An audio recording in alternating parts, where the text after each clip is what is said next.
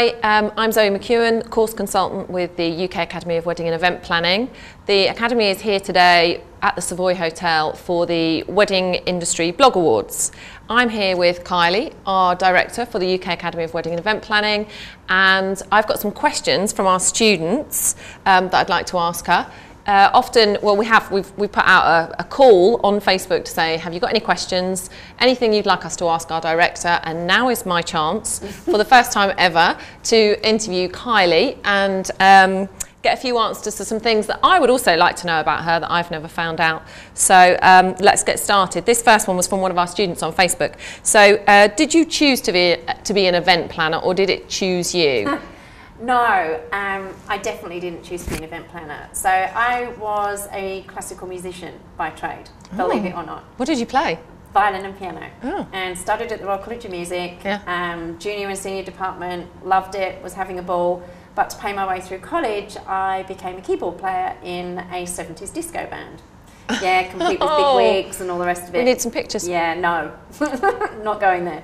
But anyway, when I was doing that with the band, we used to go to a lot of events. Yeah. And we played as the main gig for a lot of events. So we saw lots of corporate events, we did military events, we did just general venue events, and we did some weddings as well. And that was sort of my introduction to events. And I started to get really interested in it, and it got to a point where I was much more interested in that than playing classical music. And once I'd finished at the college, I decided I wanted to take a year's break and that I would freelance for different event companies, and that's literally what I did. Wow. So hence the piano that you've got in your room, in your office. The baby grand I have. So you still play? I do when I need a release. It's like my stress release. Yeah. Or when I'm creatively challenged, I will go and sit at the piano for half an hour and I'm good. Because we have some students who are completely new, never done anything at all, even vaguely in the industry. And then we have others who are slightly part way in, but just are seeing that there's another route that they can go. So there's a mix, but for you it kind of evolved through another thing. It very much evolved. It was one of those things that I discovered by chance. And it wasn't even really a career back then. It was still very much only happening in London. The big production type events anyway were only really happening in the major cities. So out in the suburbs, it wasn't really considered a career, and my parents were absolutely appalled when I turned around and said, oh, I'm going to give up all the 12 years of study I've done and I'm going to become an event planner. Whereas for me, it was the absolute opposite. I literally chose it. I was a teacher, I stopped and thought, this is what I'm going to do, and that's what I did, you know, just from nothing. So yeah, two different stories, paths in, but you know, similar thing. Okay, so something else, we've got quite a lot of young students now as well, enrolling and doing their courses that way. I think things with the university is different now, and they're just choosing a slightly different path to get those qualifications. So did you find it tricky to get taken seriously when you were younger and starting out in the business? To a degree, but it all comes down to confidence. So if you're confident in yourself, your abilities, what you're doing, and that comes across when you're speaking to people, then they somehow or another seem to forget the age barrier. It doesn't seem to be as hard for them to take you seriously, but it literally does come down to confidence. Yeah. It's that simple. Yeah, if you believe you can do it, then you can. Exactly, because it's how you put something across. If somebody approaches you in a very timid fashion and says, look, I really don't think this is going to work, you're not likely to take much notice of them. But if you're a lot more authoritative and come across and say, well, this isn't going to work, but I've got a great option instead, let's run with it this way. Yeah. You're going to take notice of that person because they've said what they've said in a way that comes across as being confident.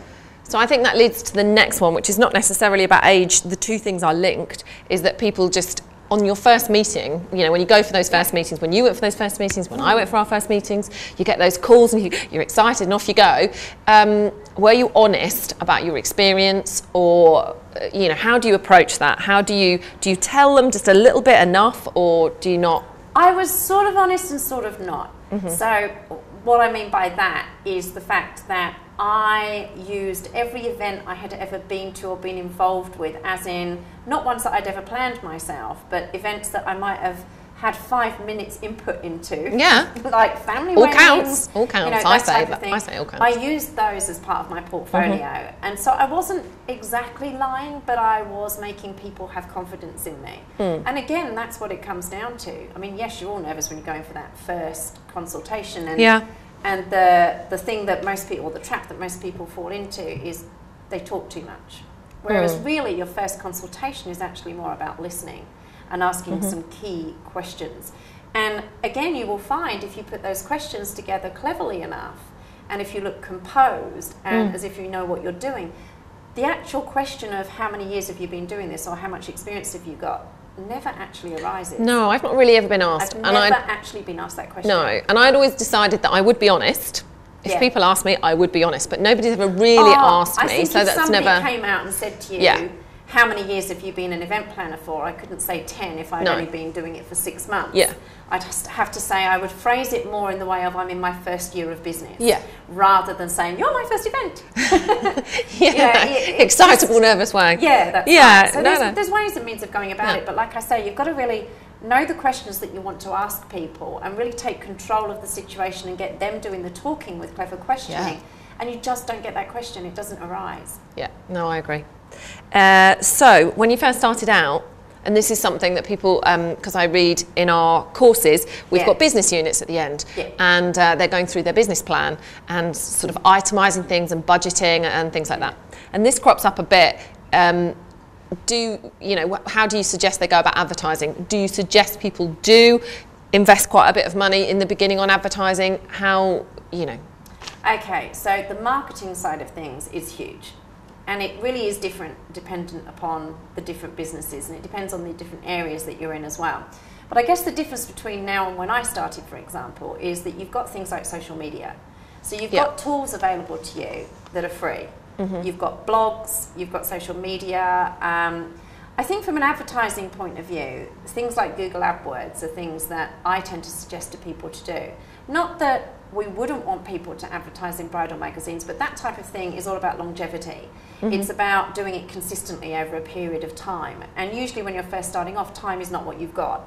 You want to get clients in the door quickly. So advertising obviously is part of your business plan, or marketing as a whole is part of your business plan. And you've got to look at the time that you've got available to be able to dedicate to things like social media.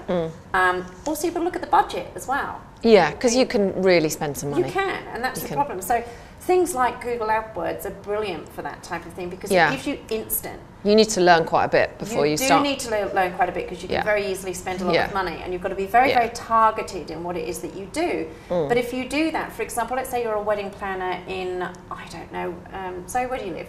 Cambridge. Exactly. Okay, Cambridge. You're a wedding planner in Cambridge, but you would narrow that down even more to a wedding planner within a specific area of Cambridge. And that is how you would do your targeted Google AdWords campaign.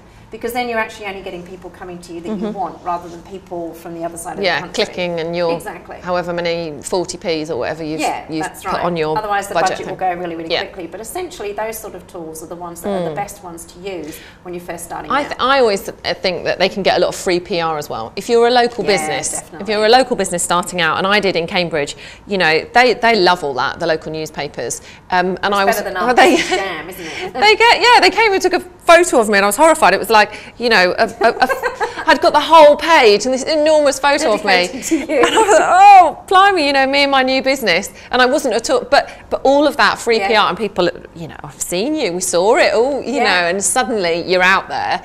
Even if it's just on a small, it was just Cambridge to begin with, but you're still putting yourself out there. People still notice, people still see, and look for those free PR opportunities where, to begin with, you're not spending anything when you're just finding your feet, and see how it goes.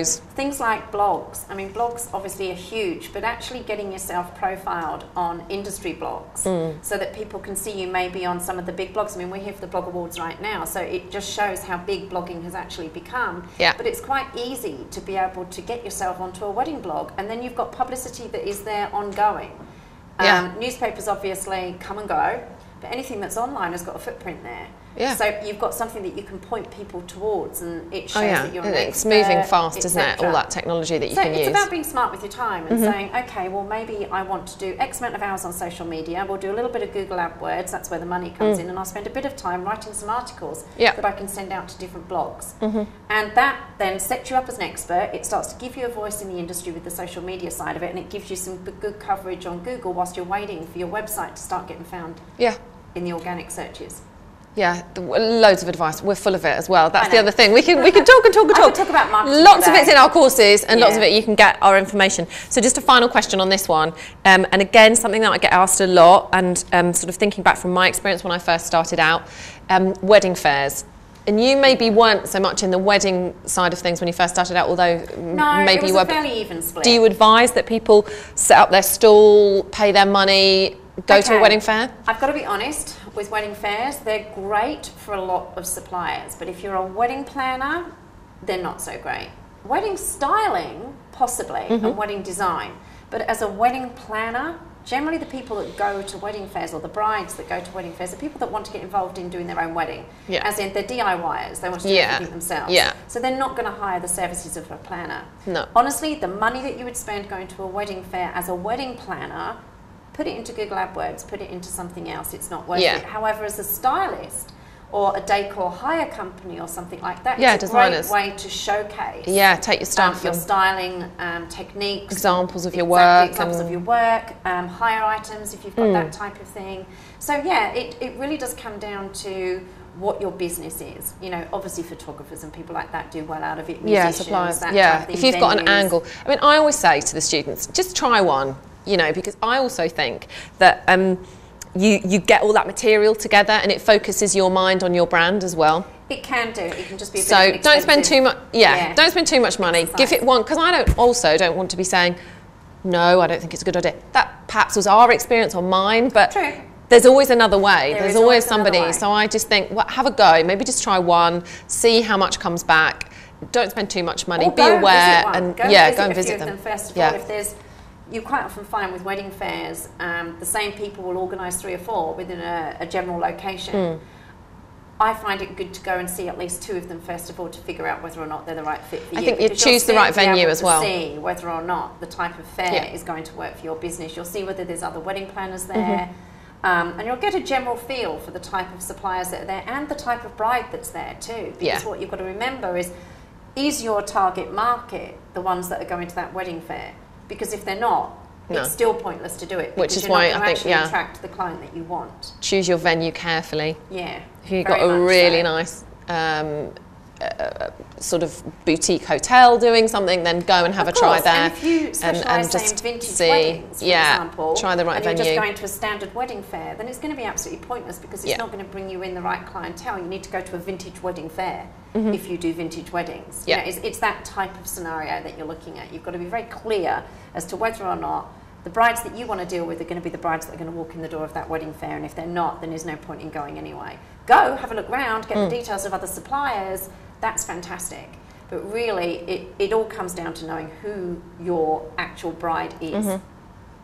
Okay, well, thank you, Kylie. I think that's been very interesting. I've learnt a lot. I didn't know you played the piano and the violin. Yeah, well, there's some things we don't talk about. And there's going to be a part 2 because I've got some more students' questions from our Facebook. So come back and join us in part 2.